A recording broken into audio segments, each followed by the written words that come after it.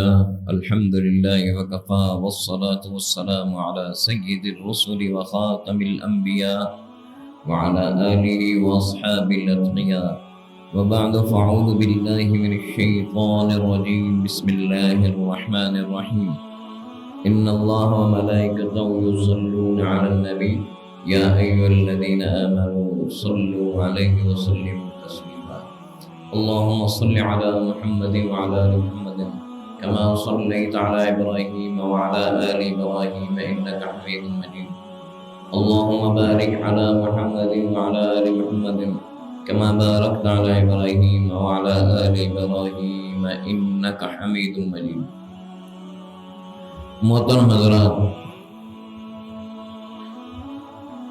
اللہ تعالیٰ نے اپنی کتاب میں سورہ البقرہ آیت نمبر 121 فرمایا الذین آتیناہم الکتاب یتلونہ حق تلاوتہ اولئک یؤمنون بہ. اس کا ایک مطلب یہ بھی مفسرین نے بیان فرمایا کہ جن کو قرآن دیا ہے اس قرآن کو ایسے پڑھتے ہیں جیسے کہ اس کو پڑھنے کا حق ہے. اولئک یؤمنون بہ، یہ لوگ ایمان لانے والے ہیں. تو قرآن کو ایسا پڑھنا جیسے قرآن پڑھنے کا حق ہے، اس کا حکم ہے. وجہ یہ ہے کہ قرآن اللہ کا کلام ہے، اس کا کلام ہے جس نے ہمیں پیدا کیا، جس کے حکم سے ہمارے سارے کام چل رہے ہیں اور جس کی طرف لوٹ کے جانا ہے، جو سارے کائنات کا مالک خالق اور رب ہے. یہ اس کا کلام ہے. جیسے اس کی ذات کی عظمت ہے ایسے اس کے کلام کی بھی عظمت ہے. لہذا جب اتنی عظیم ترین ہستی کہ جس سے عظیم کوئی نہیں، اگر اس کا کلام ہے تو اس کا کلام بھی اتنا عظیم ترین ہے کہ اس سے عظیم کوئی کلام نہیں. تو اس کو پڑھنے میں بھی پھر اس ایسے ہی پڑھا جائے جیسے اللہ کی عظمت ہے، اس کی شان ہے، اس کی کبریائی ہے، اس کا ادب ہے. اسی طرح ان آداب کا خیال کرتے ہوئے قرآن کو بھی پڑھنا چاہیے. چنانچہ علماء کرام نے قرآن پاک کے پڑھنے کے جو آداب بیان فرمائے ہیں اس میں ایک ادب یہ ہے کہ قرآن پاک کو باوضو ہو کے اور ادب کے انداز سے بیٹھ کے پڑھیں، سکون سے پڑھیں، یا کھڑے ہو کے یا بیٹھ کے قبلے کی طرف منہ کر کے اور اپنا سر جھکا کے چوکڑی مار کے نہ بیٹھے، ٹیک لگا کے نہ بیٹھے، تکبر کے انداز سے نہ بیٹھے. اللہ کا کلام پڑھ رہا ہے تو بیٹھتے ہوئے بھی ادب ہونا چاہیے. لیکن اگر کوئی آدمی بغیر وضو کے پڑھتا ہے، یعنی زبانی پڑھ رہا ہے، لیٹ کے پڑھتا ہے، اس کو بھی اجر ملے گا، لیکن اس کی فضیلت کا درجہ کم ہو جاتا ہے. کیونکہ اللہ تعالیٰ فرما رہے ہیں الذین یذکرون اللہ قیاما وقعودا وعلی جنوبہم، جو لوگ اللہ کو یاد کرتے ہیں کھڑے ہو کے، بیٹھ کے اور اپنے پہلوؤں پہ، بستروں پہ. تو کھڑے ہو کے یاد کرنے سے کہا اللہ نے تذکرہ پہلے کیا، بیٹھ کے اس کو یاد کرنے کا تذکرہ بعد میں کیا، لیٹ کے یاد کرنے کا ذکر سب سے آخر میں کیا. تو کھڑے ہونے اس میں ادب زیادہ ہے، جیسے نماز میں قرآن پڑھنا، کھڑے ہو کے پڑھنا، اس میں ادب ہے بہت زیادہ، اس کا درجہ بھی بہت ہے. بیٹھ کے پڑھنا اس کا بھی، اس کے بعد لیٹ کے پڑھنا تیسرا درجہ. مقصود یہ ہے کہ قرآن کو پڑھنے کی ایک انداز، اس میں ادب ہو، پڑھنے کے بیٹھ اس کے آدمی کی اس وقت جو حیت اور صورت ہو اس میں ادب ہونا چاہیے. اللہ. دوسری چیز یہ ہے قرآن پاک کی تلاوت کو معمول بنائے. یہ نہیں ہے کہ صرف رمضان میں قرآن کی تلاوت کریں، اپنی روزانہ کی زندگی کا معمول بنائے قرآن کی تلاوت. یہ قرآن کا حق ہے. چنانچہ حضرات صحابہ کرام جو اللہ کی پسندیدہ ترین ہستیاں جن کو اللہ نے چنا ہے، جیسے کہ بات معلوم ہوتی ہے جن کو اللہ نے چنا ہے اپنے نبی کی صحبت کے لیے، اپنے نبی کا ساتھی بنا ہے، اللہ نے چن کے بنایا ہے، ایسے نہیں بنا۔ جب نبی اتنا اونچا ہے تو اس کے ساتھی کمزور نہیں ہو سکتے۔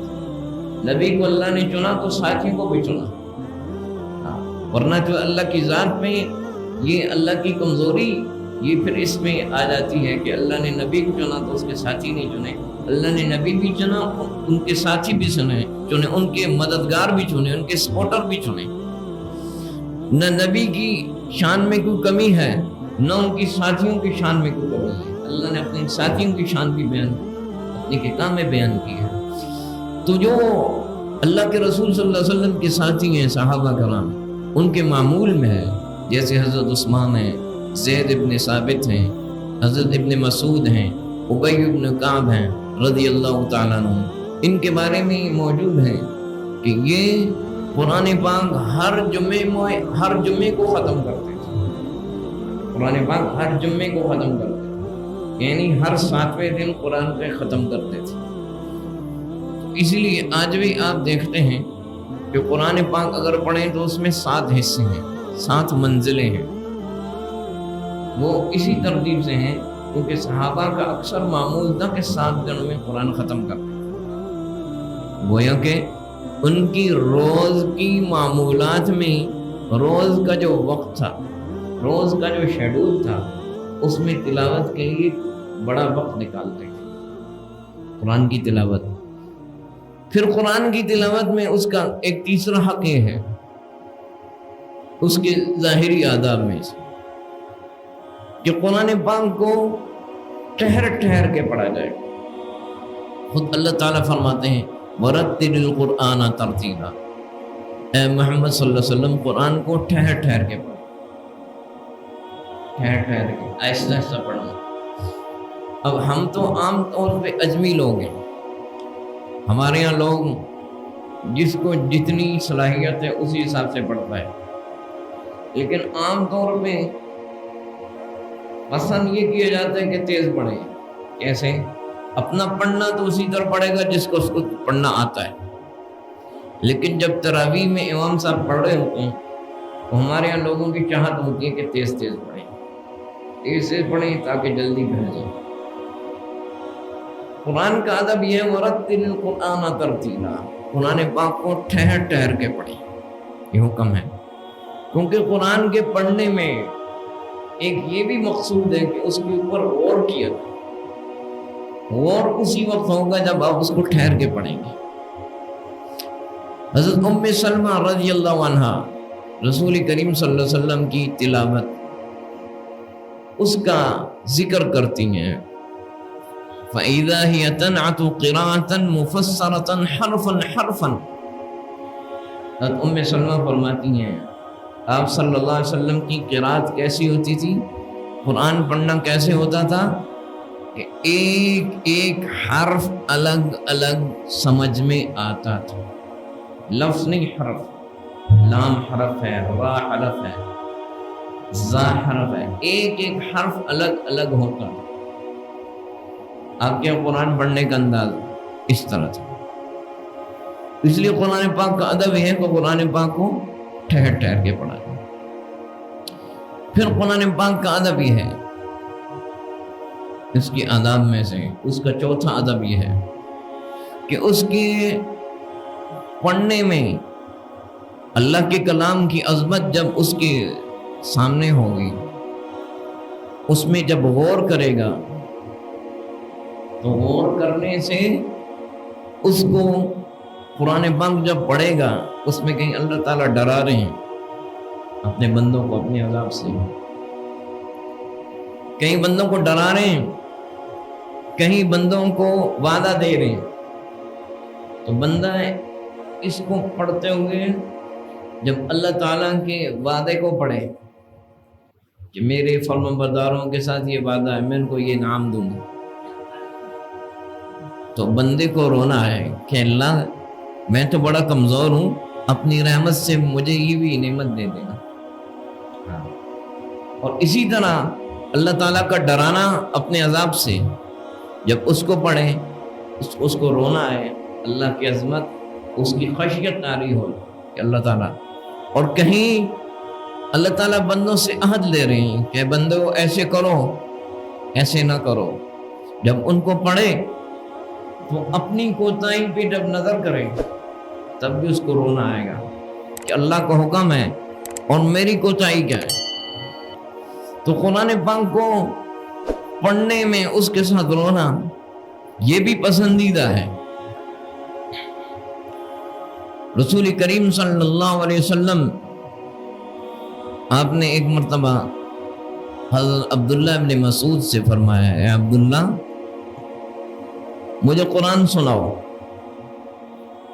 عبداللہ بن مسعود نے عرض کی، یا رسول اللہ اقرأ علیک وعلیک انزل، آپ کو میں کیسے سناؤں، آپ پہ تو قرآن نازل ہوا ہے.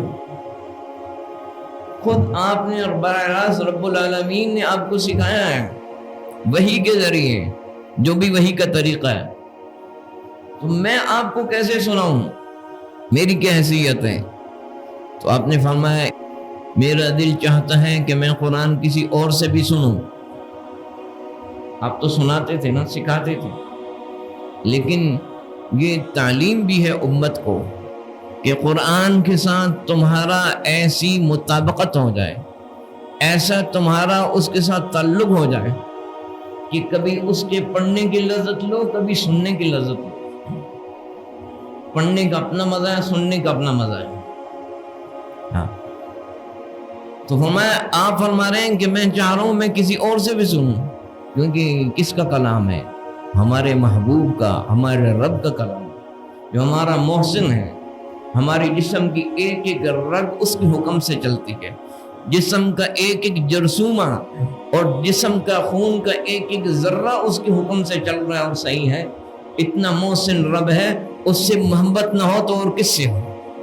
ہمارے محبوب کا کلام ہے، اس لیے اس کی ذات کی محبت کا تقاضا ہے. کبھی سننے کا مزہ، کبھی پڑھنے کا مزہ. عبداللہ مجھے سناؤ. عبداللہ بن مسعود نے سورہ نساء کی تلاوت شروع کی. جب قرآن کی اس آیات پہ پہنچے، سورہ فَكَيْفَ إِذَا جِئْنَا مِنْ كُلِّ أُمَّةٍ بِشَهِيدٍ وَجِئْنَا بِكَ عَلَى هَؤُلَاءِ شَهِيدًا، جس میں آپ صلی اللہ علیہ وسلم کو بتایا گیا قیامت کے دن آپ کو ساری امتوں پہ گواہ بنایا جائے گا. آپ کا یہ مرتبہ ہے. تو حضرت عبداللہ نے دیکھا کہ آپ کے رسول کریم صلی اللہ علیہ وسلم کے مبارک آنکھوں سے آنسو نکل رہے ہیں، آنسو بہہ رہے ہیں. تو قرآن پاک کو پڑھتے ہوئے رونا یہ اللہ کے نبی کا طریقہ ہے اور پھر صحابہ کا طریقہ ہے. پانچواں ادب یہ ہے کہ قرآن پاک کو پڑھتے ہوئے اس کی آیات کا جو حق ہے، ہر آیت کا اس کی رعایت کی جائے. جیسے سجدے کی آیت پہ پہنچے تو سجدہ کرے، حکم ہے. سجدے کی آیت اگر پڑھے گا تو بھی سجدہ ہوگا، واجب. سجدے کی آیت دوسرے سے سنے گا تو بھی سجدہ واجب ہوگا. سجدے کا کیا طریقہ ہے کہ اس کے لیے باوضو ہونا ضروری ہے. قرآن کی تلاوت زبانی کرنی ہے تو بغیر وضو کے بھی کر سکتا ہے، لیکن سجدے کے لیے باوضو ہونا ضروری ہے. اللہ اکبر کہیں، قبلہ رخ، اور سجدے میں چلے جائیں. سجدے کی تسبیح 3 دفعہ پڑھے، اللہ اکبر کہہ کے اٹھائے، سجدہ اس کا ادا ہو گیا. پڑھنے والے پہ بھی اور سننے والے پہ بھی یہ سجدہ واجب ہے، اور ہر آیت کا اس کا حق ہے، اس کی رعایت کرے. چھوٹا ادب یہ ہے، خود اللہ تعالیٰ نے بیان فرمایا فَإِذَا قَرَأْتَ الْقُرْآنَ فَاسْتَعِذْ بِاللَّهِ مِنَ الشَّيْطَانِ الرَّجِيمِ.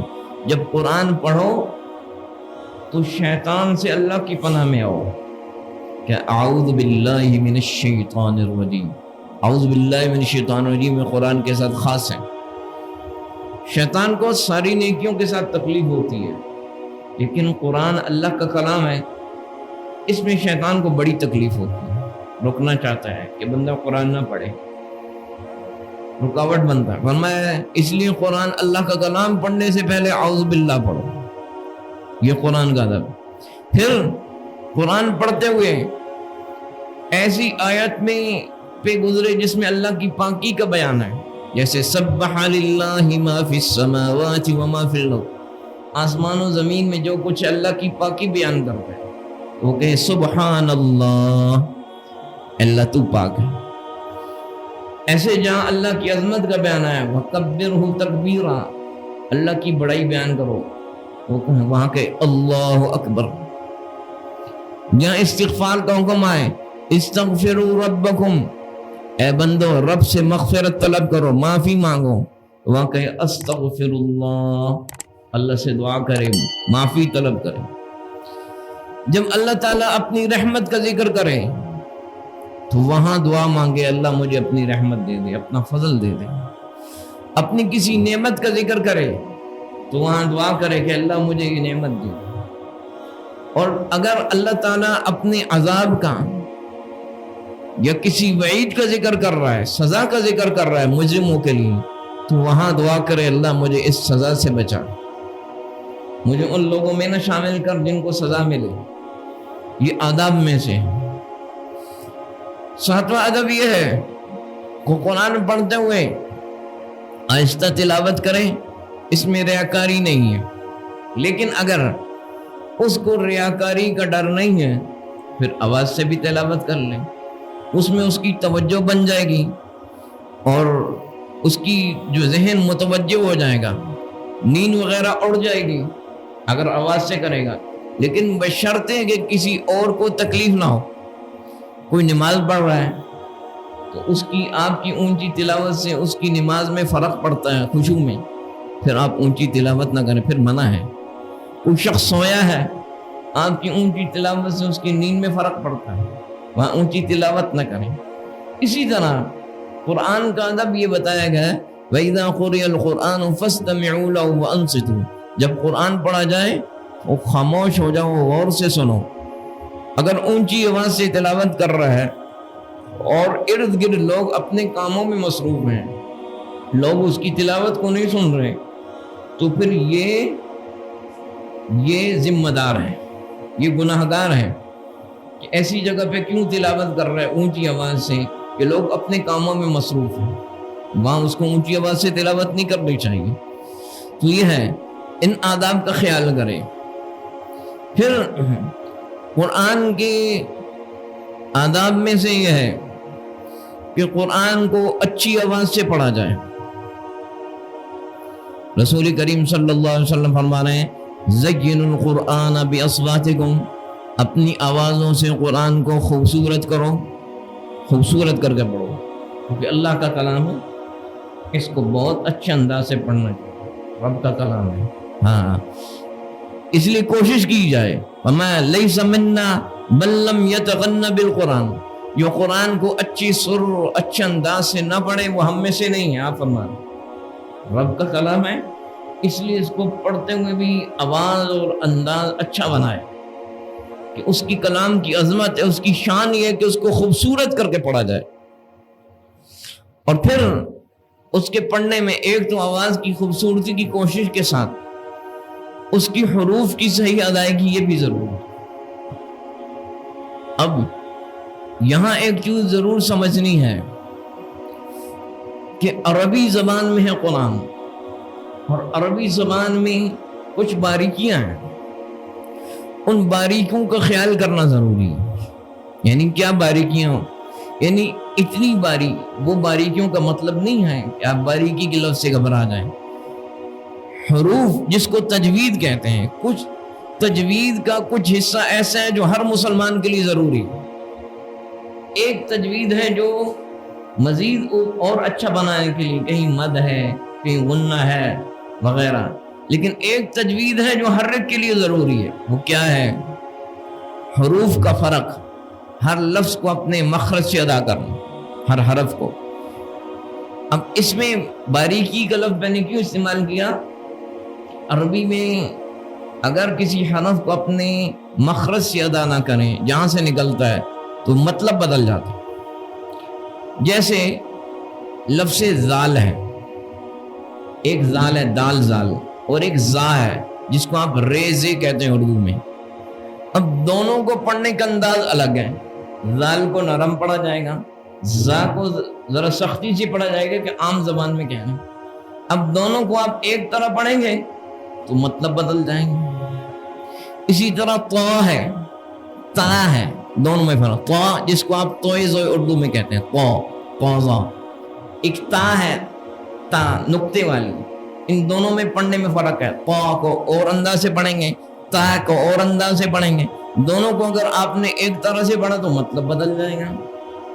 ایک لفظ ہا ہے، حلوے والی ہا. ایک ہاں ہے، لاہور والی. ایک خاں ہے، نقطے والی. تینوں کو اپنا ایک الگ جگہ سے نکالنا ہے. اب ہا کو ہا کی طرح پڑھیں، ہا کو ہا کی طرح پڑھیں، یا ہا کو خا کی طرح پڑھیں تو مطلب بدل جائے گا.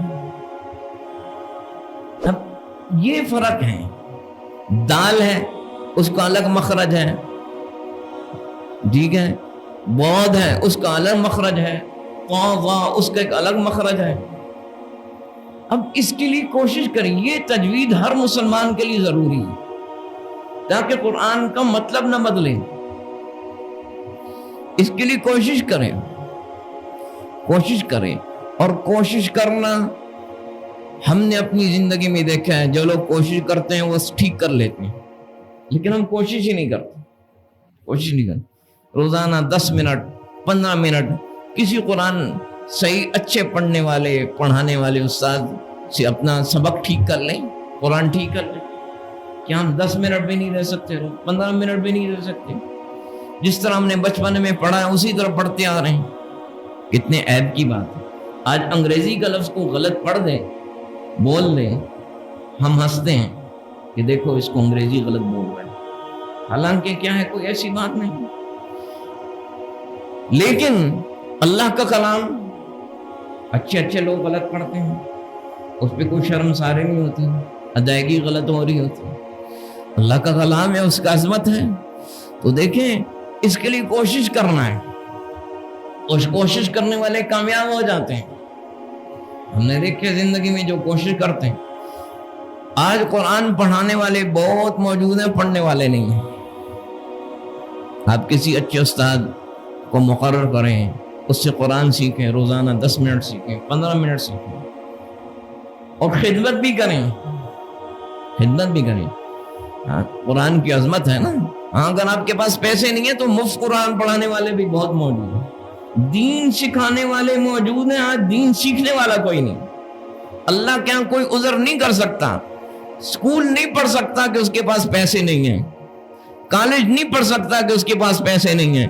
لیکن دین کے بارے میں کوئی عذر نہیں کر سکتا کہ اللہ میں نے دین نہیں سیکھا کہ میرے پاس پیسے نہیں ہیں. آج بغیر پیسے کے دین سکھانے والے موجود ہیں، سیکھنے والے نہیں. ہاں، لیکن یہ قرآن کی دین کی عظمت کا حق ہے کہ جس سے سیکھیں اس کی خدمت کریں. اور دنیا کے ہر علم سے اونچا علم ہے، اس لیے ان کی خدمت ہر چیز سے زیادہ ہونی چاہیے. ہاں، تو سمجھنا بتانا یہ چاہ رہا ہوں، قرآن کی عظمت ہے، اس کو سیکھیں، اس کے لیے وقت نکالیں، کوشش کریں. اور اس کوشش کا کتنا فائدہ ہے؟ بہت بڑا فائدہ ہے. بہت اونچا مرتبہ ملے گا، بہت اونچا مرتبہ. آج دنیا میں مرتبہ ہے نا، یہ بڑی کلاس کا آدمی ہے، ہائی جنٹری کا بندہ ہے، یہ مڈل کلاس کا بندہ ہے، یہ غریب طبقے کا بندہ ہے، یہ انسانی کلاس ہیں. یہ انسانی بنائی ہوئی چیزیں، کوئی فرق نہیں ہے. اوپر کی کلاس کی ہیں وہ بھی ہماری طرح کا بندہ ہے، نیچی کی کلاس کی ہیں وہ بھی ہماری طرح کا بندہ ہے. بلکہ بہت سارے نیچی کلاس کے لوگ بڑے عقل مند اور بڑے اخلاق والے، بڑے سمجھ والے ہیں. اونچی کلاس والے بالکل ہی حیوان ہیں، نہ ان کے پاس یہ کوئی بڑی بات نہیں کسی کلاس سے ہیں. یہ کلاس زندگی تک ہے، مرے گا تو قبر ایک ہی جگہ بنے گی. ادھر بہت بڑے امیر بندے کی قبر ہے، ساتھ ہی غریب کی قبر ہے. یہ دنیا کے اندر فرق ہے. اصل کلاس وہ ہے جو اللہ دے دے انسان. یہ جھوٹی کلاسیں ہیں کہ میں بڑی کلاس والا بندہ ہوں، میرے پاس یہ ہے. میرے شو آف کرتے ہیں، اپنی کلاس بتانے کے لیے شو آف کرتے ہیں، میرے پاس یہ ہے، میں بڑا ہوں، بھائی مجھے بڑا سمجھو. ہم بتانے کی کوشش کرتے ہیں میں بڑا ہوں. اصل بڑا وہ ہے جس کو رب العالمین کہہ دے کہ تو بڑا ہے. اصل بڑا کون ہے؟ جس کو رب العالمین کہے کہ تو بڑا ہے. کون بڑا ہے وہ ذرا غور کرنا. کون سی کلاس کا؟ آپ صلی اللہ علیہ وسلم فرمایا مثل الذي يقرأ القرآن وهو حافظ له مع السفرة الكرام البررة جو آدمی جس کو قرآن محفوظ ہے، یادداشت سے پڑھتا ہے اور صحیح طرح پڑھتا ہے، مہارت سے پڑھتا ہے، وہ کون سی کلاس کا بندہ ہے؟ اللہ تعالیٰ کے رسول فرما رہے ہیں اللہ کے وہ فرشتے، فرشتوں کی بھی مختلف ڈیوٹیاں، لیکن وہ فرشتے جو سب سے اوپر احکامات خداوندی کو لکھتے ہیں اور نقل کرتے ہیں، وہ بہت اونچی کلاس کے فرشتے ہیں۔ قرآن کو مہارت سے پڑھنے والا اس آدمی کا تعلق ان فرشتوں کے ساتھ ہے، اس کی کلاس وہ ہے، یہ اتنی اونچی کلاس کا بندہ ہے، رب العالمین اس کی کلاس بنا رہے ہیں، اتنا اونچا درجہ قرآن کو۔ ہاں دنیا والے ہو سکتا ہے اس کا لباس اچھا نہ ہو سکتا ہے اس کی دنیا کی بود و باش کمزور ہو، لیکن اللہ کے یہاں اس کا درجہ بہت اونچا۔ ہم اس کو کچھ کہیں گے حافظ جی، مولوی جی، صوفی جی، دھکیلیں گے، رب العالمین کے یہاں اس کا درجہ بڑا اونچا ہے۔ تو قرآن کو مہارت سے پڑھنا، اس کا درجہ اتنا اونچا ہے کہ رب العالمین کی وحی لکھنے والے جو فرشتے ہیں بہت اوپر، اس کا درجہ ان فرشتوں کے ساتھ ہے۔ اس کی کلاس اللہ نے بنا دی ہے کہ اے تم قرآن کے ماہر، تیری کلاس وہ ہے، تم بہت اونچا آدمی، چھوٹا نہیں ہے۔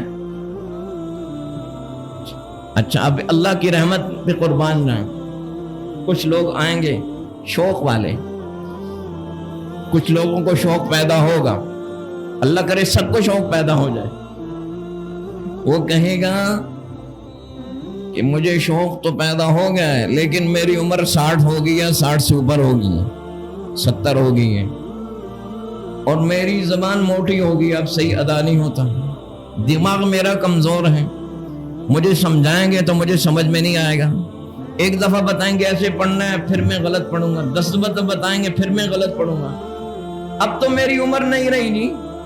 نہیں دوستو، اللہ کے ہاں آنے کے لیے موت تک عمر ہی عمر ہے،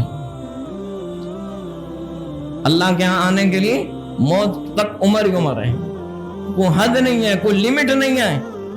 ہاں دنیا کے کسی کالج یونیورسٹی میں چلے جائیں، نمبر اسی کو ملیں گے جو اچھا امتحان دے گا، جو اچھا امتحان نہیں دے گا اس کو نمبر نہیں ملیں گے۔ رب العالمین کے ہاں کیا ہے؟ توبہ کر لی، داخلہ لے لیا، اللہ میں تیرے کلام کو، تیرے دین کے، تیرے علم کو سیکھنے والا ہوں، میں کوشش کرنے والا ہوں، عمر میری 70 سال ہو گئی، دنیا کی کسی یونیورسٹی میں پڑھ نہیں سکتا، میں کہیں پیپر حل نہیں کر سکتا، زبان ساتھ نہیں دیتی، دماغ ساتھ نہیں دیتا، مجھے 10 دفعہ پڑھایا جائے پھر بھی غلط پڑھتا ہوں۔ فرمایا نہیں بندے، تو داخل ہو جا، تجھے ایڈمیشن ملے گا، یتعہد کوشش کرے گا، وَهُوَ عَلَيْهِ شَدِيدٌ مشکل ہوگا پڑھنے میں، غلطیاں کرے گا، تکلیف اٹھائے گا، فَلَوْ أَجْرَانِ فرمایا تجھ کو میں دگنا اجر دوں گا، تجھ کو اجر دگنا دوں گا، باقی لوگوں کو 1 نمبر ملیں گے، تجھ کو ایک کوشش پہ 2 نمبر دوں گا، باقی کو 100 ملیں گے، تجھ کو 200 دوں گا۔ ارے بھائی کوشش نہیں کرتے ہم، اللہ تو کسی کو محروم نہیں کرتا۔ اب لوگ کچھ کہتے ہیں کہ جی قرآن کو سمجھے بغیر پڑھنے کا فائدہ نہیں، یہ نادان لوگ ہیں۔ سمجھنا الگ کام ہے، پڑھنا الگ کام ہے، پڑھنے کا بھی حکم ہے، سمجھنے کا بھی حکم ہے۔ اگر کسی کو معنی سمجھ میں نہیں آتا تو تلاوت کرے، اس کا الگ اجر ہے۔ رسول کریم صلی اللہ علیہ وسلم فرما رہے ہیں، امام ترمذی روایت کرتے ہیں، اسناد حسن، من قرأ حرفا من کتاب اللہ فلو بھی حسنہ والحسنۃ بعشر امثالها، جو آدمی قرآن کا ایک حرف پڑھے گا اس کو نیکی ملے گی، اور ایک نیکی 10 گنا تک ہے۔ فما لا اقول الف لام میم حرف ولكن الف حرف ولام حرف ومیم حرف، آپ فرما رہے ہیں الف لام میم یہ حرف نہیں ہے، الف لام میم اس میں 3 حرف ہیں، الف ایک حرف ہے، الف پڑھو گے تو 10 نیکیاں، لام پڑھو گے تو 10 نیکیاں، میم پڑھو گے تو 10 نیکیاں۔ اب یہ تھوڑا سا اس مثال پہ غور کرنا ہے، الف لام میم یہ جو ہے اس کا مطلب دنیا میں کسی کو معلوم نہیں ہے، تو الف لام میم جو پڑھے گا مطلب سمجھ کے پڑھے گا، بھائی مطلب اس کا پتہ ہی نہیں کسی کو، اس کا مطلب تو اللہ کو معلوم ہے۔ الف لام میم مطلب سمجھ کے کوئی بھی نہیں پڑھ سکتا، بڑے سے بڑا عالم نہیں پڑھ سکتا کیونکہ اس کو مطلب نہیں پتا، مطلب اس کا اللہ کو پتا ہے۔ مطلب سمجھے بغیر پڑھنے پہ بھی ہر حرف پہ 10 نیکیاں مل رہی ہیں۔ تو قرآن کو پڑھنا ایک الگ مقصود ہے، سمجھنا اس کے بعد اگلا درجہ ہے۔ دوستوں ہم بہت پیچھے رہ گئے، بہت پیچھے رہ گئے۔ قرآن پاک الذین آتیناہم الکتاب یتلونہ حق تلاوتی، جن کو میں نے کتاب دی ہے اس کو ایسے پڑھو جیسے تلاوت کا حق ہے۔ ابھی اس پہ بہت کچھ میں نے بتانا تھا لیکن وقت ختم ہو گیا، انشاءاللہ زندگی رہی تو آگے بتائیں گے۔ اللہ تعالیٰ عمل کی توفیق دے۔ وآخر دعوانا ان الحمدللہ رب العالمین۔